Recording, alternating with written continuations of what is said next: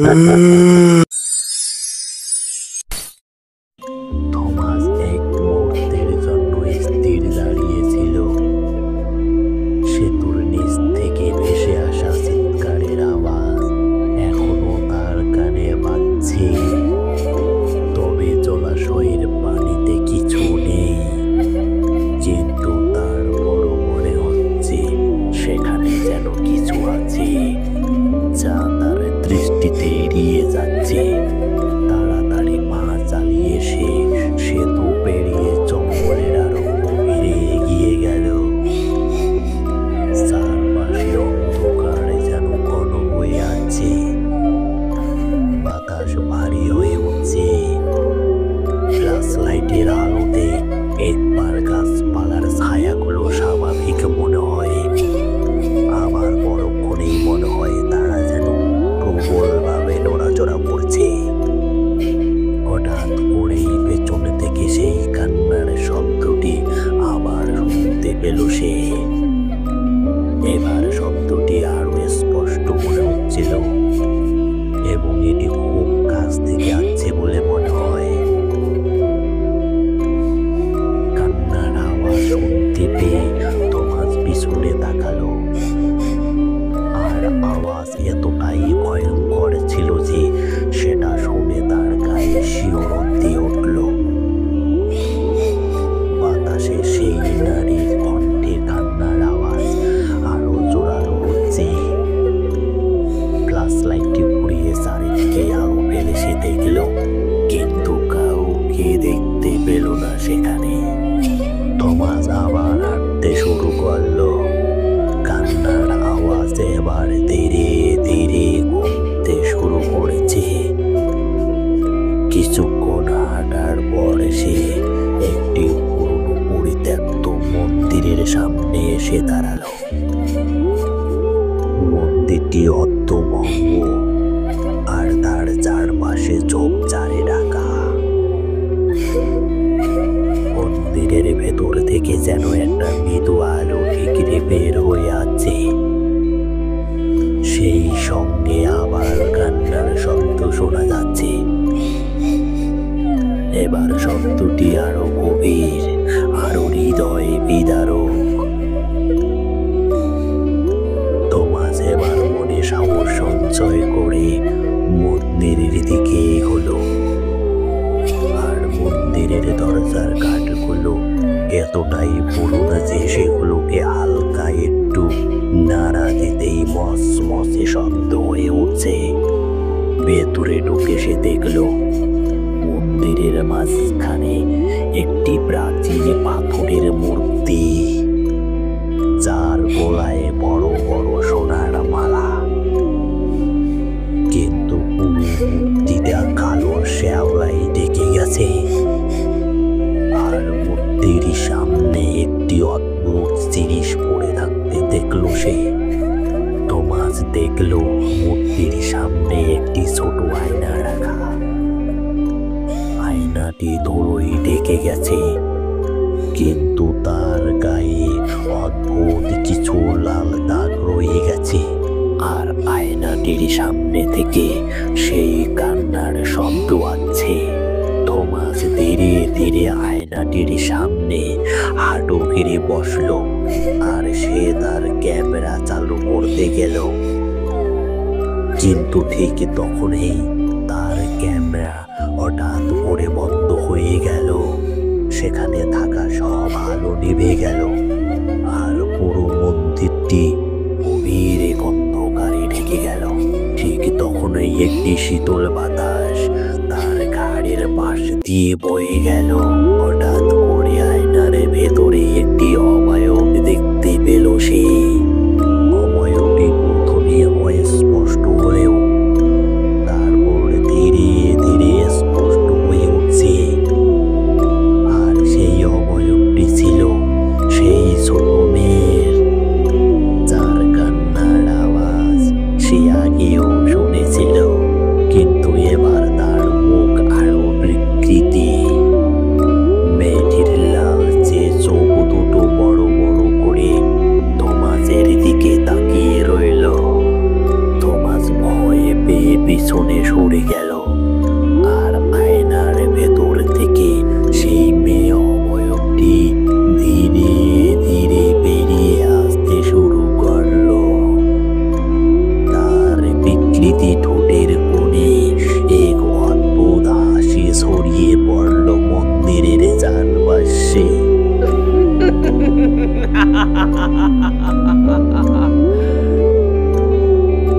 আর ফিস ফিস করে বলল, তুমি এখানে কেন এসেছো? এই পরিস্থিতি দেখে থমাস উঠে দৌড় দেওয়ার চেষ্টা করলো, কিন্তু তার পা যেন মাটিতে আটকে গেছে। থমাস তার শরীরটা পুরোপুরি অবশ অনুভব করছিল। হঠাৎ সেই নারী অবয়বটির আত্মা ভেসে আসতে লাগলো। তার মাথার চারপাশে অন্ধকার ছড়িয়ে পড়ল। ফ্ল্যাশ লাইটের আলো নিভে গেল এবং চারপাশে এক ভয়ঙ্কর নীরবতা ছড়িয়ে পড়ল।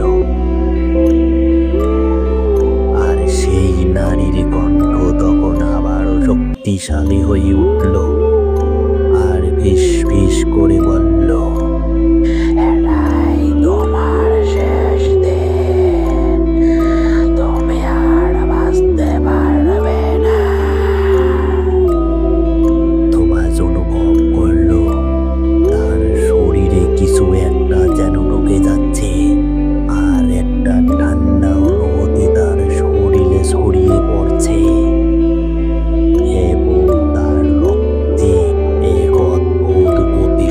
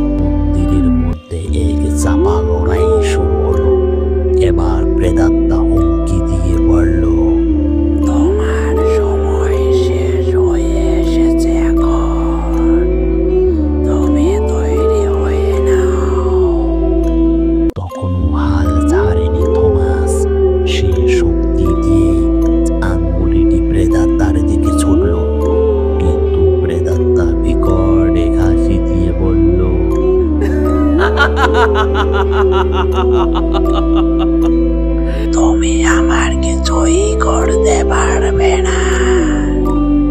এই মুহূর্তে থমাস আরো কিছু একটা খুঁজে বের করার চেষ্টা করছিল, যা তাকে প্রেতাত্মার হাত থেকে বাঁচাতে পারবে। কিন্তু সে জানে, যদি সে এখান থেকে পালাতে না পারে, তার জীবন এখানে শেষ হয়ে যাবে। এবং সে একটি পুরনো কলসি দেখতে পেল সেখানে, যার মুখে কিছু খোদাই করা চিহ্ন ছিল। থমাস ভাবল হয়তো এটি তাকে সাহায্য করতে পারবে। প্রেতাত্মা এক ধরনের অমান্তিক শক্তি ব্যবহার করে তাকে আটকাতে শুরু করলো, কিন্তু থমাস প্রবল শক্তি দিয়ে